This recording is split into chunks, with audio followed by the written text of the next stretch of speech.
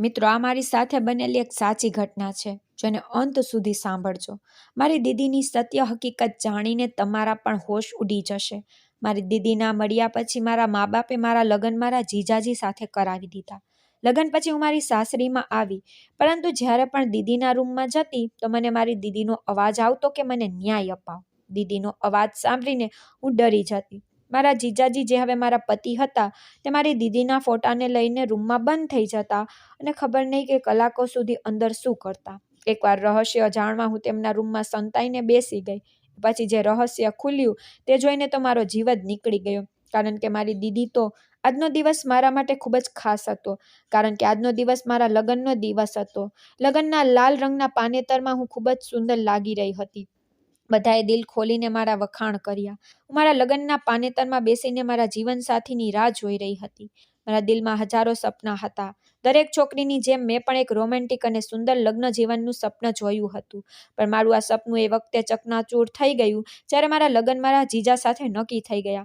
એવું નહોતું કે તે ઉંમરમાં મારા કરતાં ઘણા મોટા હતા. તે એક ભણેલા ગણેલા અને સુંદર યુવાન હતા, પણ મેં તેમને હંમેશા જીજાજીના રૂપમાં જ સ્વીકાર્યા હતા.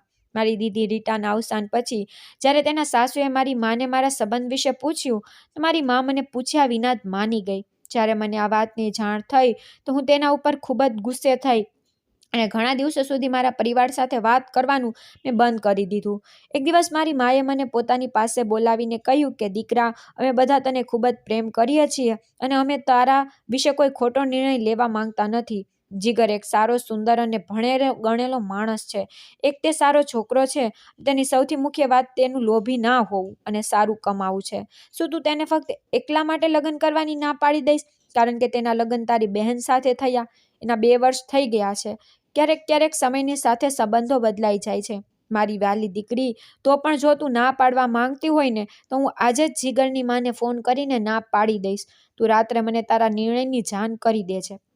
મમ્મી આટલું કહીને જતી રહી અને હું વિચારમાં પડી ગઈ. મને સમજાતું નહોતું કે મારે હવે શું કરવું જોઈએ. હું મારા રૂમમાં આવી ત્યારે મારો મોબાઈલ ફોન વાગી રહ્યો હતો. મેં મોબાઈલ ઉપાડ્યો ત્યારે તેની ઉપર હિના કોલિંગ લખેલું હતું. મારા મનમાં ખુશ થઈ કે મારી સમસ્યા હલ થઈ ગઈ. મારી બહેન પણ એને જણાવવી જોઈએ, કોઈ સારી સલાહ માંગવી જોઈએ. પરંતુ ફોન ઉપાડ્યા પછી હું હોશ ખોઈ બેઠી. જ્યારે હિનાએ પોતાના વિશે જણાવ્યું તો મારી આંખોમાં આંસુ આવી ગયા, કેમ કે તેના પતિએ તેને ઘરની બહાર કાઢી મૂકી હતી. તેના કિંમતી ઘરેણાં પણ છીનવી લીધા હતા. હવે તેના પરિવારના લોકો તેના વિશે ખૂબ જ ચિંતિત હતા અને તેઓ કાયદેકીય રીતે સમસ્યાનો ઉકેલ લાવવાનો પ્રયાસ કરી રહ્યા હતા. આ બધી વાતો સાંભળ્યા પછી હું મારી ચિંતા ભૂલી ગઈ. ઉલટા હું હિનાને સાંત્વના આપવા લાગી, જેના હમણાં 6 મહિના પહેલા જ લગ્ન થયા હતા અને હવે એટલા ઓછા સમયમાં આવા ભયંકર પરિણામો જોવા મળ્યા છે. તેની આખી વાત સાંભળ્યા પછી મને અહેસાસ થયો કે દુનિયા તો ખૂબ જ મતલબી અને ભ્રામક છે અને વડીલોના ફેસલા સામે નમવું બુદ્ધિમાની છે, કારણ કે તેઓ પોતાના અનુભવોને પ્રકાશમાં સૌથી સારા નિર્ણયો લે છે. અને લાગવા લાગ્યું કે મારી માનો નિર્ણય 100% સાચો હતો અને ત્યારે જ હું મારી માની પાસે ગઈ. તેને કહ્યું કે માં, હું જીગર સાથે લગ્ન કરવા માટે તૈયાર છું. માં આજે આ સમયે રસોડામાં ભોજન બનાવી રહી હતી. મારા મોંમાંથી આ શબ્દ સાંભળીને તે આશ્ચર્યચકિત થઈ ગઈ અને ખુશ પણ થઈ ગઈ.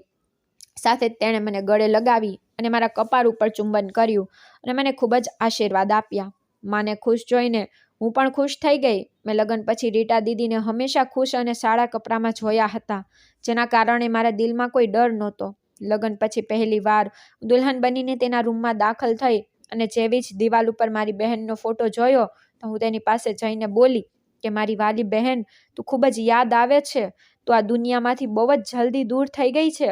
મને એવું લાગે છે કે જેમ તું આ દુનિયામાં તારી બધી ખુશીઓ મારા માટે પારણામાં ઠાલવતી આવી હતી. આટલું કહીને હું તેના ફોટાને પ્રેમથી જોતા શણગારેલા બેડ ઉપર આવીને બેસી ગઈ. હવે હું જીગરની રાહ જોઈ રહી હતી. હું આવનારી સુંદર ક્ષણોનો વિચાર કરીને શરમથી સંકોચાઈ રહી હતી. એ જ સમયે મને દરવાજો ખોલવાનો અવાજ સંભળાયો તો મેં માથું નીચે કરીને જોયું કે જીગર અંદર આવ્યા અને દરવાજો બંધ કરી દીધો. જીગર પલંગની નજીક આવતા રહ્યા અને ચૂપચાપ જેમ તે અંદર પ્રવેશ્યા હતા તેવા જ પાછા જતા રહ્યા. દરવાજો બંધ થવાનો અવાજ સાંભળીને મેં આશ્ચર્યથી મારો ચહેરો ઘૂંઘટમાંથી બહાર કાઢ્યો અને એ જોઈને આશ્ચર્ય થયું કે મારા સામેથી મારા દીદીનો ફોટો તેની જગ્યાએથી ગાયબ હતો. હું થોડીવાર ત્યાં જ બેસી રહી. મને નહોતી ખબર કે મારે હવે શું કરવું જોઈએ. શું હું એમ સમજું કે જીગર 1 વર્ષ પછી પણ પોતાની પત્નીના મૃત્યુના દુઃખને નથી ભૂલી શક્યા? તેમણે આ સમયે મારી પાસે હોવું જોઈએ. કંઈક વિચારીને હું મારી જગ્યાએથી ઊભી થઈને તેમની પાછળ ગઈ. હું આશ્વાસનના અમુક શબ્દો કહીને તેમનું દિલ ખુશ કરવા માંગતી હતી, જેથી અમે બંને એકબીજા વિશે કશું વાત કરી શકીએ.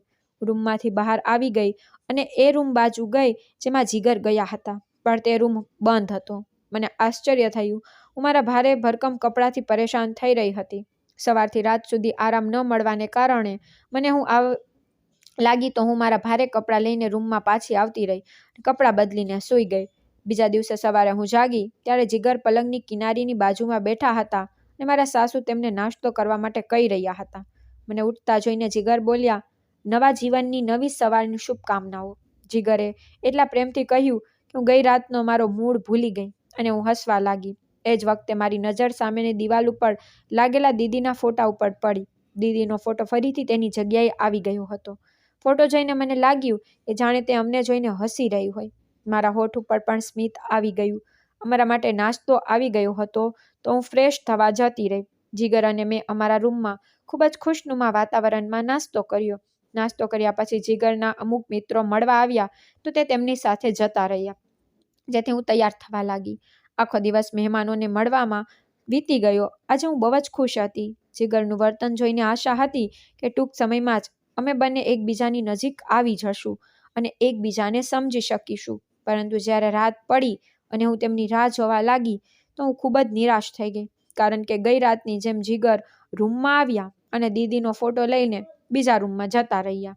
હું બેસીને તેમને કુતૂહલથી જોવા લાગી. મને તેમના ઉપર દયા પણ આવવા લાગી.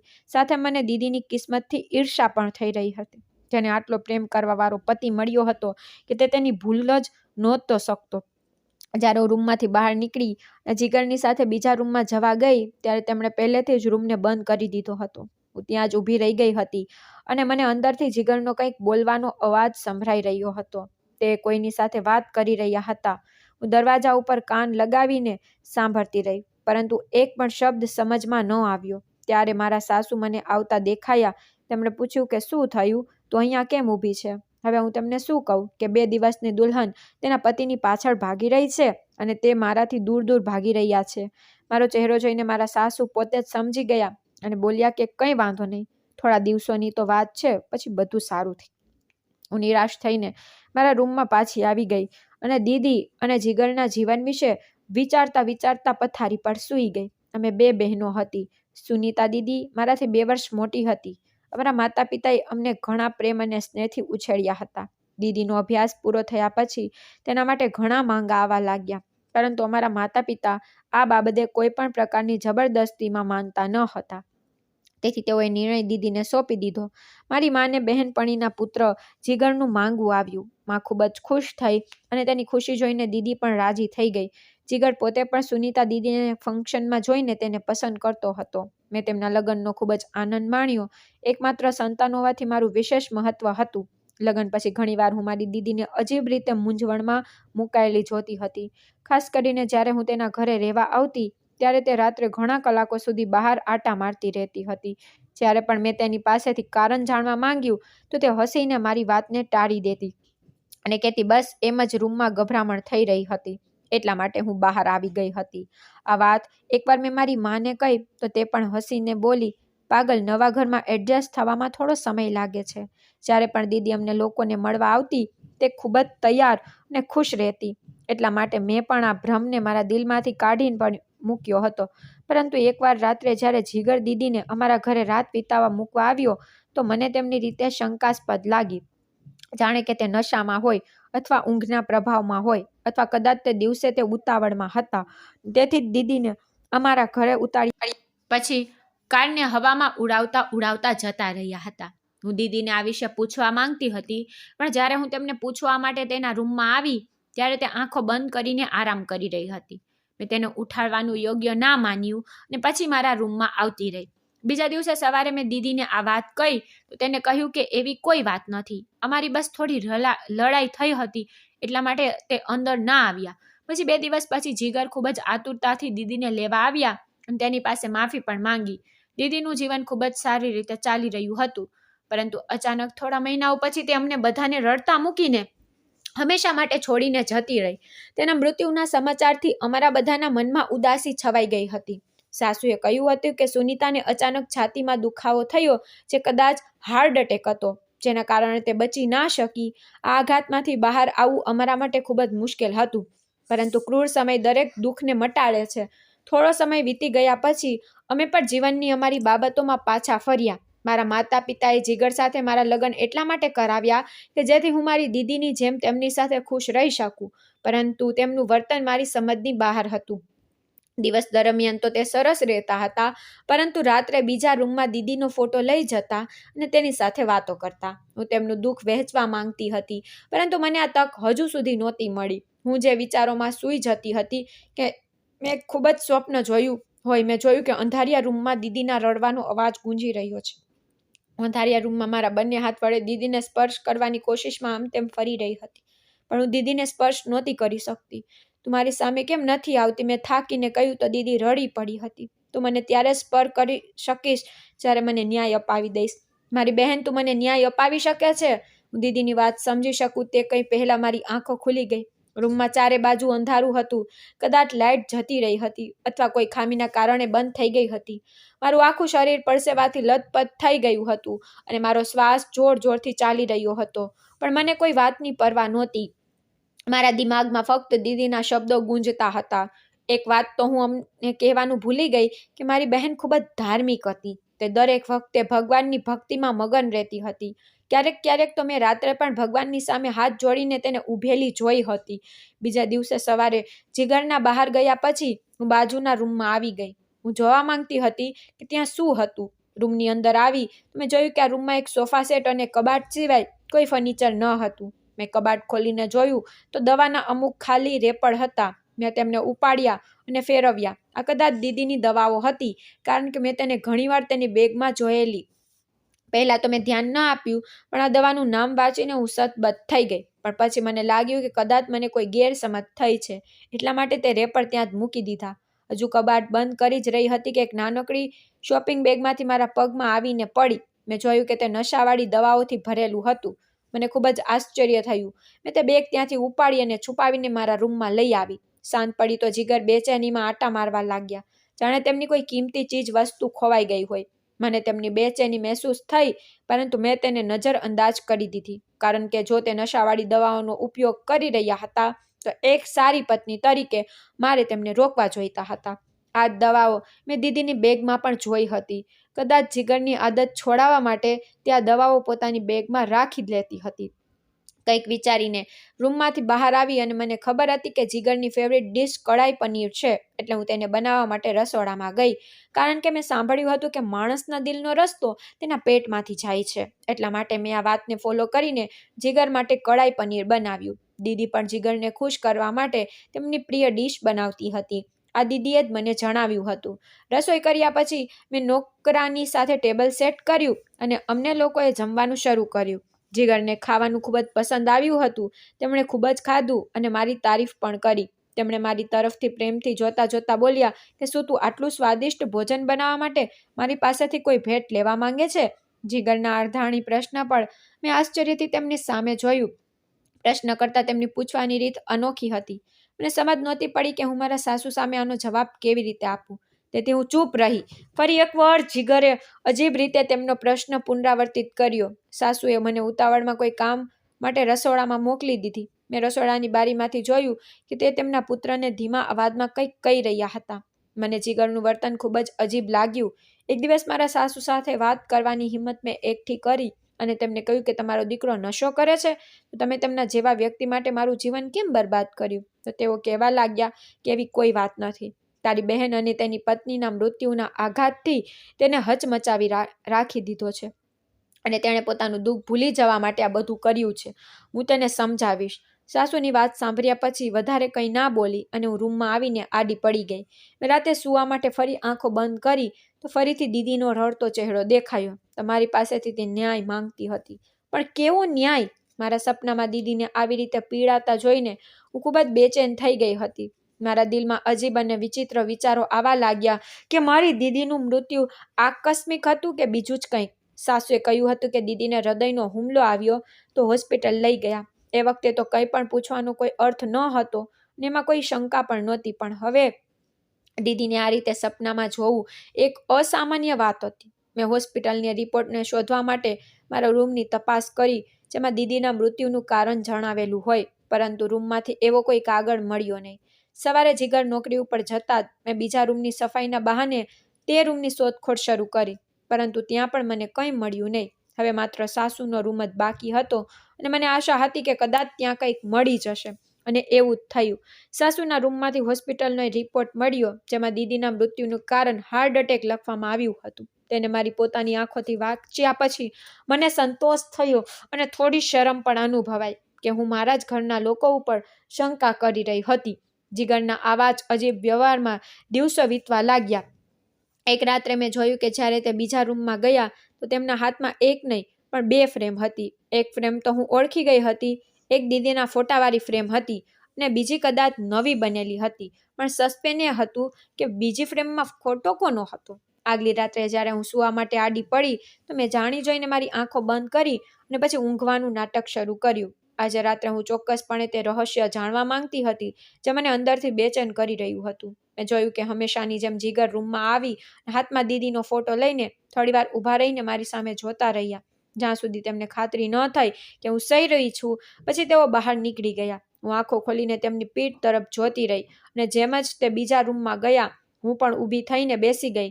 તેમણે મને સૂતા જોઈ હતી, એટલા માટે રૂમનો દરવાજો બંધ કર્યા વગર જ તે બીજા રૂમમાં જતા રહ્યા હતા. થોડી વાર પછી હું શાંત પગલાંથી ધીમે ધીમે ચાલીને બાજુના રૂમની સામે આવી ગઈ. મેં ધીમેથી દરવાજાને ધક્કો માર્યો, દરવાજો ખુલી ગયો. મેં રૂમમાં ડોકિયું કર્યું તો જીગર દીદીના ફોટા ઉપર ઝૂકીને કંઈક વાતો કરી રહ્યા હતા. જીગરની વાત હું સાંભળી શકતી હતી. તે ફોટા સાથે વાત કરી રહ્યા હતા કે માય ડિયર પ્રિન્સેસ, તું બીજી દુનિયામાં કેટલી એકલતા અનુભવતી હશે. હું તને ઉદાસ જોઈ શકતો નથી અને ટૂંક સમયમાં તારી એકલતા દૂર કરી દઈશ. બસ થોડી રાહ જો. આટલું કહીને જીગરે તેના ખોળામાંથી એક બીજો ફોટો ઉપાડ્યો, દીદીના ફોટા સાથે લગાવી દીધો. બંને ફોટાને આપસમાં મેળવીને તે કંઈક બીજું જ કહી રહ્યા હતા. મેં તે ફોટો નહોતો જોયો, પણ તેમના હૃદયસ્પર્શી શબ્દો સાંભળીને મારા પગ નીચેથી જમીન સળકી ગઈ હતી. હું પાછી મારા રૂમમાં આવતી રહી અને મારી પથારીમાં બેસી ગઈ અને એક ઊંડો શ્વાસ લીધો. મને લાગ્યું કે જેમ હું કિલોમીટર ચાલીને આવી છું. હું પલંગ ઉપર આડી પડી ગઈ અને સૂવાનો પ્રયત્ન કરવા લાગી. જીગર આત્મહત્યા વિશે વિચારી રહ્યા હતા. દીદી પાસે જવાનું વિચારી રહ્યા હતા. બની શકે છે કે દીદીની સાથે બીજો ફોટો તેમનો જ હશે. મારે જીગરને આ હદે પહોંચતા રોકાવાના હતા. લાંબા સમય સુધી વિચાર્યા પછી મારી આંખો બંધ થઈ ગઈ કે ત્યારે જ ફરીથી દીદીના વિલાપનો અવાજ સંભળાયો. તે સતત ન્યાયની માંગણી કરી રહી હતી. મેં સ્વપ્નમાં જ તેને વચન આપ્યું કે હું તેને ન્યાય અપાવીશ. મારી વાત સાંભળીને તે ખૂબ જ ખુશ થઈ ગઈ હતી. બહુ જ વધારે મુસીબતમાં પડી ગઈ હતી કે દીદીના મામલો તો મેં મારા જાણવા પ્રમાણે સોલ્વ કરી દીધો હતો.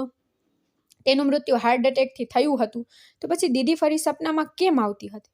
પરંતુ મેં દીદીને વચન આપ્યું હતું, તેથી મારે એમ પણ મારું વચન નિભાવવાનું જ હતું અને મને નહોતી ખબર કે મારે તે કેવી રીતે કરવાનું છે. રાત્રે કોઈ સમયે હું ઊભી થઈ ગઈ અને ઊભી થઈને હું બીજા રૂમમાં આવી ગઈ. જીગર હજુ પણ બીજા રૂમમાં જ સૂતા હતા. મારી પાસે મારા રૂમમાં નહોતા સૂતા. મેં દરવાજાથી ધીમેથી ધક્કો માર્યો તો દરવાજો અંદરથી બંધ હતો. નિરાશ થઈને મારા રૂમમાં આવી ગઈ. વિચારતા વિચારતા ક્યારે મારી આંખો બંધ થઈ ગઈ ખબર જ ના પડી. સવારે જ્યારે ઉઠી તો ફ્રેશ થવા માટે કબાટ ખોલ્યું અને કપડાં બહાર કાઢ્યા અને તે જોઈને ચોંકી ગઈ કે મારા કબાટમાંથી તે દવાઓની થેલી ગાયબ હતી. મને ખાતરી થઈ ગઈ કે થેલી જીગરે જ કાઢી હતી. મારે જીગરને ખોટા રસ્તે જતા અટકાવવા પડશે. જીગરને મળતા બચાવવા પડશે. જીગરને દીદીની યાદોમાંથી બહાર કાઢવા પડશે. આ બધું વિચારીને હું ફ્રેશ થઈને તૈયાર થઈને બહાર આવી ગઈ. મારી સાસુએ નાસ્તો બનાવીને તૈયાર રાખ્યો હતો. હું નાસ્તો કરી જ રહી હતી. મારા સાસુ બોલ્યા કે બેટા રીટા, મારા ફોનનું બેલેન્સ પૂરું થઈ ગયું છે. તારા ફોનથી ડૉક્ટરનો નંબર લગાવી દે ને. સવારથી માથાનો દુખાવો થાય છે. તેમને પૂછીને કોઈ દવાઓ લઈ આવ. મારી સાસુએ જણાવેલા નંબરે મેં મારા ફોનમાં દાખલ કર્યો. ફોન મારા સાસુ તરફ લંબાવ્યો. ભૂલથી મારી આંગળી રેકોર્ડિંગના બટન ઉપર દબાઈ ગઈ અને રેકોર્ડિંગ ચાલુ થઈ ગયું. તે અજાણતા થયું હતું. જાણી જોઈને એવું નહોતું થયું. મારા સાસુ વાત કરતાં કરતાં તેમના રૂમમાં જતા રહ્યા. હું પણ મારા રૂમમાં આવી ગઈ. એ વિચારતા વિચારતા કે સાસુમાં વાત કરી લેશે તો પોતે જ મને ફોન આપી દેશે. ઘણા સમય પછી સાસુમાં ફોન લઈને આવ્યા હતા અને મને ફોન આપીને પાછા જતા રહ્યા હતા. ફોનને ચાર્જિંગ ઉપર મૂકીને હું જીગર વિશે વિચારવા લાગી. તે દીદીને કેટલો પ્રેમ કરતા હતા. દીદીની યાદોને હજુ સુધી પણ ભૂલી શક્યા નહોતા. ત્યાં સુધી કે તે દીદી પાસે જવાનું વિચારી રહ્યા હતા, એટલે કે તે પોતાને પણ મારવા માંગતા હતા. આ વિચારીને હું ધ્રુજી ઉઠી. મારો આખો દિવસ એ જ વિચારને નીકળી ગયો કે કેવી રીતે જીગરના દિલમાંથી દીદીની યાદોને બહાર કાઢું, કેવી રીતે જીગરના દિલમાં મારો પ્રેમ જગાડું. પરંતુ કોઈ પણ સમજમાં મને નહોતું આવતું. આ બધું વિચારતા વિચારતા જ સાંજ પડી ગઈ. સાંજે જ્યારે જીગર ઓફિસેથી ઘરે આવ્યા ત્યારે તેમના હાથમાં એક પિઝાનું બોક્સ પણ હતું. જીગર રૂમમાં આવ્યા અને બોલ્યા કે રીટા, હું આ પિઝા તારી માટે લાવ્યો છું. શું તને પિઝા ભાવે છે? પિઝા મને ખૂબ જ ભાવતા હતા. મેં ખુશીથી કહ્યું કે હા જીગર, મને પિઝા બહુ ભાવે છે. જીગરના ચહેરા ઉપર એક અજીબ સ્મિત આવી ગયું, જેને હું સમજી ના શકી. એ જ સ્મિત સાથે તેમણે બોલ્યા, સારું તો આ ખાઈ લે પિઝા. જીગરે મારી બાજુ પિઝા લાંબા કર્યા જગા કે ત્યારે મારા સાસુએ જીગરને બહારથી અવાજ કર્યો. જીગર મને પિઝાનું બોક્સ આપ્યું, કહ્યું કે લે જલ્દી ખાઈ લે, નહીંતર આ ઠંડા થઈ જશે. એમ કહીને જીગર બહાર જતા રહ્યા. મેં વિચાર્યું કે મારી મનપસંદ સિરિયલ સાંભળતા સાંભળતા પિઝા ખાવ. આ હેતુથી મેં ફોન ઉપાડ્યો. એપિસોડ છૂટી ગયા હતા. હું તેનું રેકોર્ડિંગ કરી લેતી હતી.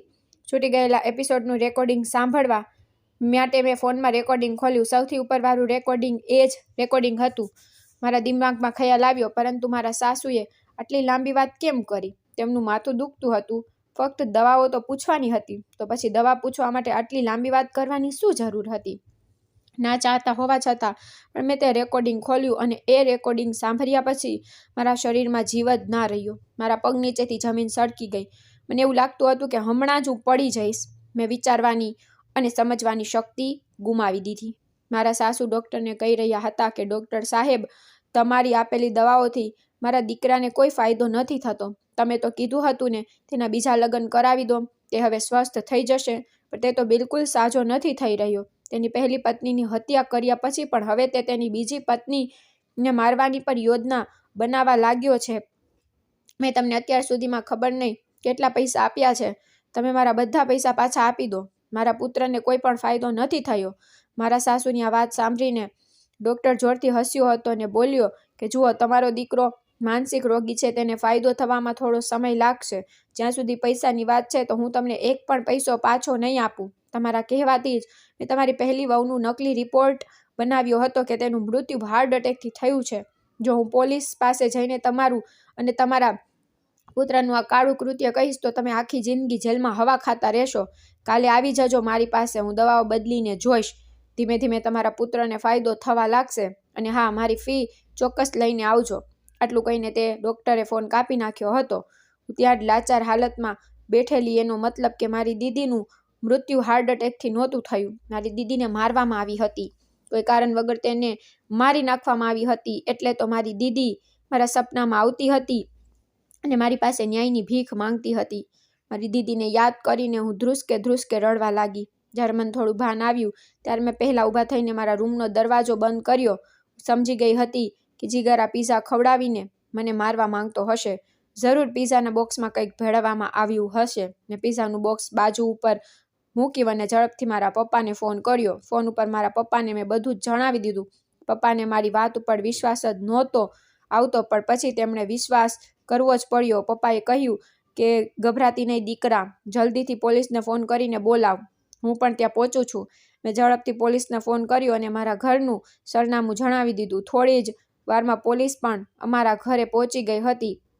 બીજી બાજુ જીગર સમજી રહ્યો હતો કે હું પિઝા ખાઈને અત્યાર સુધીમાં મરી ગઈ હોઈશ. એ ખુશીમાં હોલમાં આટા મારી રહ્યો હતો, પણ પોલીસ ઉપર નજર પડતા જ તેના હોશ ઉડી ગયા. પોલીસે આવતાની સાથે જ મારા સાસુ અને જીગરની ધરપકડ કરી લીધી. મારા સાસુ અને જીગર સ્પષ્ટ કરતા રહ્યા કે તેઓ નિર્દોષ છે, પરંતુ મારા ફોનમાં મારા સાસુ અને તે ડૉક્ટરનું રેકોર્ડિંગ તેમને દોષિત સાબિત કરવા માટે પૂરતું હતું. ઘરમાં તે મારી દીદીની યાદોનો થોડો સામાન ભેગો કર્યો અને ઘરેથી કાયમ માટે મારા માતા પિતાના ઘરે હું આવી ગઈ. દીદીના ફોટાને જ્યારે મેં હાથમાં લીધો ત્યારે મને લાગ્યું કે જેમ દીદી હસતી હોય. પોતાને ન્યાય મળવાને કારણે અને હું આજે બદનામીથી બચી ગઈ. એટલે મેં જીગરને કાયદેસર રીતે છૂટાછેડા આપી દીધા હતા અને હવે હું મારી જિંદગીમાં આગળ વધી ગઈ. મેં મારો અધૂરો અભ્યાસ પૂરો કર્યો અને હું એક ખૂબ જ સરસ જોબ કરવા લાગી. મિત્રો, આજનો વિડીયો તમને કેવો લાગ્યો તે કોમેન્ટમાં જરૂર જણાવજો. અને તમને જો વિડીયો ગમ્યો હોય તો તેને લાઈક અને તમારી પોતાની ચેનલને સબસ્ક્રાઈબ કરવાનું ભૂલતા નહીં. ધન્યવાદ.